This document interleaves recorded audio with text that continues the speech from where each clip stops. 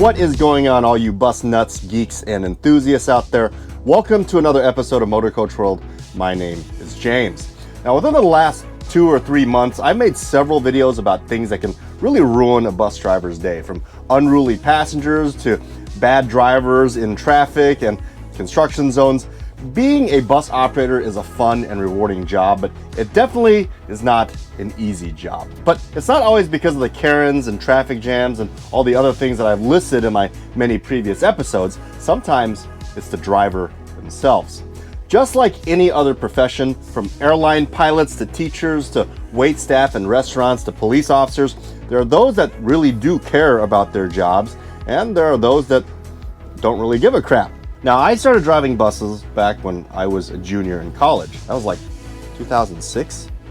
Wow, has it been that long? That's like 17 years ago. I've definitely seen and experienced a lot of things in this industry. I've also met and worked with a lot of really good drivers. And until this very day, when I see a seasoned driver with years of experience under their belt, I definitely take every opportunity to absorb as much as I can from them.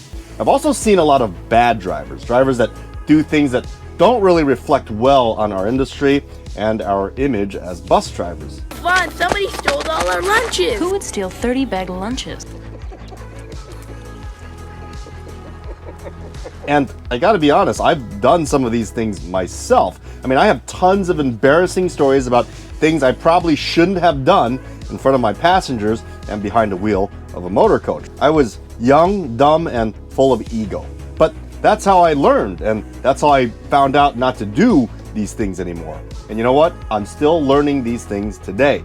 Things that will make me a better motor coach operator in the future, and things that I can share with new drivers coming into the job so they don't have to find out the hard way. To make this video today, I wanted the perspectives of all the bus operators from bus companies all over the country. So I posted this question on several Bus and Motorcoach Facebook groups. The question I posted said, "Hey, all of you professional bus operators out there, what are 5 things that drivers do that make them look like rookies or unprofessional to you?" I think a lot of new incoming drivers into our industry would benefit in hearing what all of you more seasoned drivers have learned over the years from being over the road. And while I got a lot of really awesome answers from many seasoned motor coach operators, I also got some rather defensive responses. Should we raise shields? No, let's begin this with a show of good faith. Oh, and one quick thing before we move on.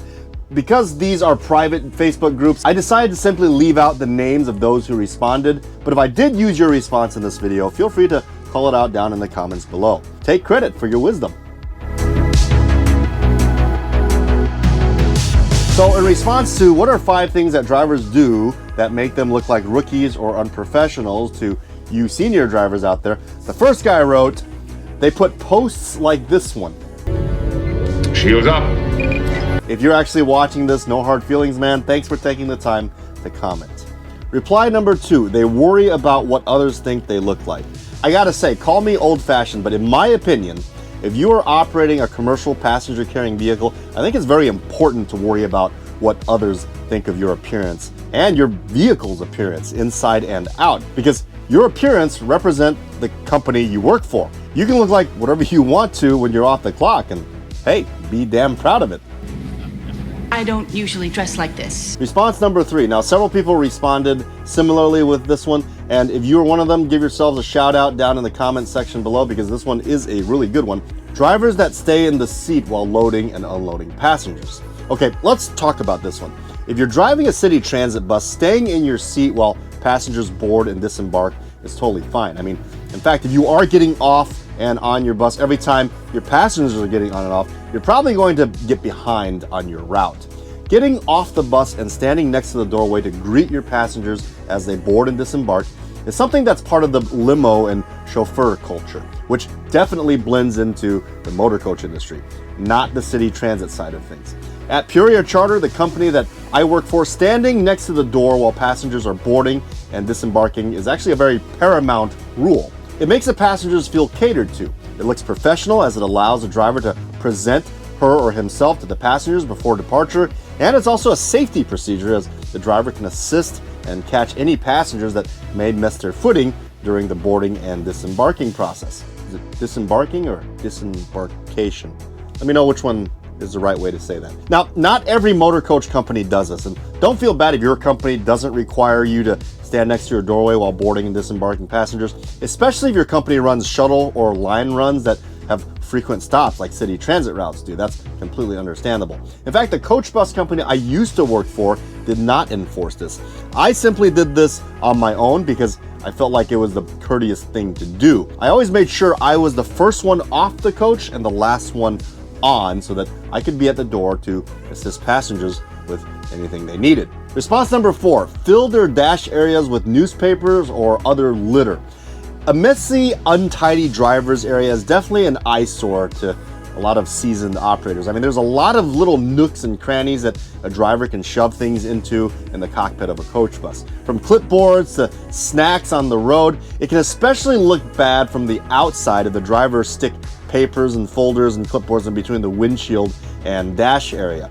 And it definitely doesn't look nice when passengers are boarding and they see a buffet line of junk food spread out all around the driver's area. It's kind of like having multiple ketchup and mustard stains all over your driver's uniform. It just makes for a sloppy appearance. Now, some companies do have rules and regulations about keeping a tidy driver's area, and some companies don't really enforce this. Now, I like snacking as much as the next person on road trips, but I will be discreet about it when I'm operating a commercial vehicle. Now, I'll admit, when I first started driving motor coaches, I was not aware that this was a thing. But as I became more experienced, it hit me one day when a passenger commented about my bag of Doritos sitting on the dash. Now, as far as a tidy, clean driver's cockpit and dash area, I'm still kind of guilty of not doing this today, but it's not Doritos and bags of junk food that fills my dash.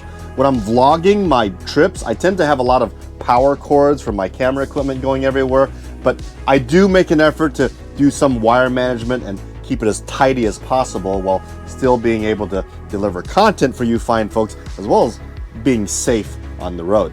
Response number 5, having their phones or navigation device out, usually suctioned to the window. Nothing says I don't know where I'm going like an obtrusive GPS unit. You know, I never thought about this one before. It's something that I definitely am guilty of as well. I keep my navigation device mounted to the lower portion of my front windshield as close to the dash as I can. Now, it's not because I don't know where I'm going. I always make sure that I can get to where I need to go without my GPS, but I like to mount my GPS unit on the windshield and not on the side, because if I do have to glance at it, I want to be able to still keep my eyes forward so that I can see the road. But now that you mentioned this, I can definitely see how a driver with their GPS mounted high up on the windshield can definitely seem a bit tacky. While we're on this topic, I'm going to add one more to this one.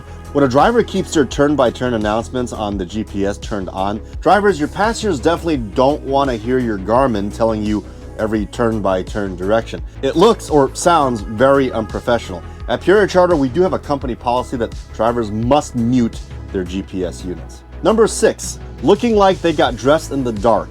If you don't look professional, then the passengers will be uncomfortable and scrutinize your driving even more than they already do. Now, there were several others that also commented similarly. Someone else said, rookie, shirt untucked. It's definitely important to dress professionally as a bus driver. Now, some companies have uniforms and a uniform code that drivers have to abide by, and damn, some of you look sharp. I've also seen a lot of coach bus companies that do not have uniforms, but the drivers still dress very professionally. You can definitely see the drivers with pride versus those who do not have pride in their jobs. But uniforms or not, if you show up to pick up your passengers looking like you just got out of bed, your passengers are not going to have a lot of confidence in you or your company moving forward. Number 7, asking your passengers how to get there. Nothing scares me more than a driver that doesn't know where they're going. And I'm saying this as a fellow driver, whether we're in a convoy driving with each other, as a manager of a bus company, and as a passenger as well. Now, sometimes as motor coach drivers, we do get lost. I mean, it's inevitable. It may be because the passengers asked for a detour that we were not expecting and therefore didn't plan for, or maybe construction or an accident closed off all the roads that you pre-planned your trip on. Things happen on the road that may require a driver to stop for a second and reroute. And God only knows that it's really stressful when you're picking and pinching the screen of your GPS or your phone to look for a new way to your destination while 50 people are behind you staring at the back of your neck. By the way, that's why I always carry an actual paper map with me in my driver's bag as well, so that you don't have to just rely on your electronic device. But if you show up to pick up your passengers and you have to ask them where you're going, you're really making a bad reputation for bus drivers everywhere. Plus, it's quite unsafe to listen to a bunch of passengers telling you where to turn your bus, because they could lead you into a place that a 45-foot bus does not belong. Number 8, following too close and staying in the left lane. Now this one is from a friend of mine, Jay Fry. Jay is an owner and operator of Midwest Stagecoach out of Cincinnati, Ohio. He has a really sharp looking red bus, by the way.